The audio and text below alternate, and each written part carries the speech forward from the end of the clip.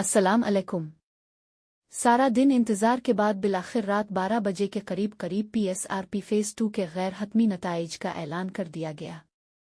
अब Punjab education foundation की website पर जाकर शनाख्ती कार्ड के इंदराज के बाद अपना रिजल्ट का स्टेटस चेक कर सकते हैं। फेज़ 2 का गैर हतमी नतीजा किसी के लिए खुशी का पैगाम लाया तो किसी के लिए गम और दुख। जो सिलेक्ट हो गए हैं उनको मेरी तरफ से ढेरों मुबारकबाद, और जो किसी वजह से रह गए मैं उनके दुख में बराबर का शरीक हूँ। अब मामला ये है कि रिजल्ट के फौरन बाद दो स्टेटस के बारे में बहुत ज्यादा पूछा गया कि उनका क्या मतलब है। एक था प्रायोरिटी एग्जॉस्टेड और दूसरा था लो ऑन मेरिट। सोशल मीडिया पर तूफान बरपा हुआ। किसी ने इसका क्या मतलब निकाला तो किसी ने किया मतलब जितने मुन्हितनी बातें, जिसको जितना और जो समझ आया बता दिया, मगर सबकी कन्फ्यूजन बरकरार रही। मेरे पास मैसेजेस की भरमार रही।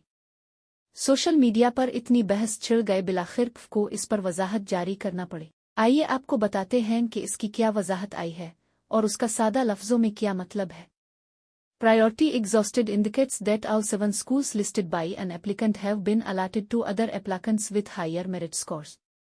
इसका मतलब ये है कि दरखास्त गुजार ने जो 7 स्कूलों की फहरिस्त दी थी वो तमाम स्कूल ज्यादा मेरिट वाले दूसरे दरखास्त गुजार को दे दिए गए हैं, या इस बात को यूं समझ लें कि आपने जिन 7 स्कूलों के नाम दिए थे उनमें से कोई भी आपको नहीं मिल सका क्योंकि आपसे ज्यादा नंबर वाले लोगों को वो स्कूल मिल गए। अब यहाँ को चाहिए था कि बस सीधा नॉट सेलेक्टेड लिख देते, मगर ऐसा ना हो सका। Low on merit the available schools for allocation have been assigned to other applicants with higher merit scores.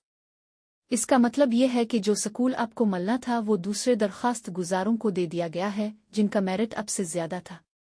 मतलब को यहाँ भी लिखना चाहिए था कि नॉट सेलेक्टेड। अब ये दोनों स्टेटस वाले अफराद का सवाल ये है कि क्या अब हमें अपील में जाना चाहिए, अपील का हक इस्तेमाल करना चाहिए। तो मैं अपने तजुर्बे की बुनियाद पर यह कहता हूँ कि ऐसे तमाम अफराद को अपील में हरगिज नहीं जाना चाहिए। कोई रिलीफ कोई भी फायदा हासिल नहीं होगा, और मैं ये बात फेज़ 1 के नतीजे को मद्देनजर रख के कह रहा हूँ, उनको भी अपील का कोई फायदा नहीं हुआ था। आपका मजीद कोई सवाल हो तो कमेंट सेक्शन में पूछ लीजिएगा। मजीद अपडेट्स के लिए चैनल को सब्सक्राइब कर ले।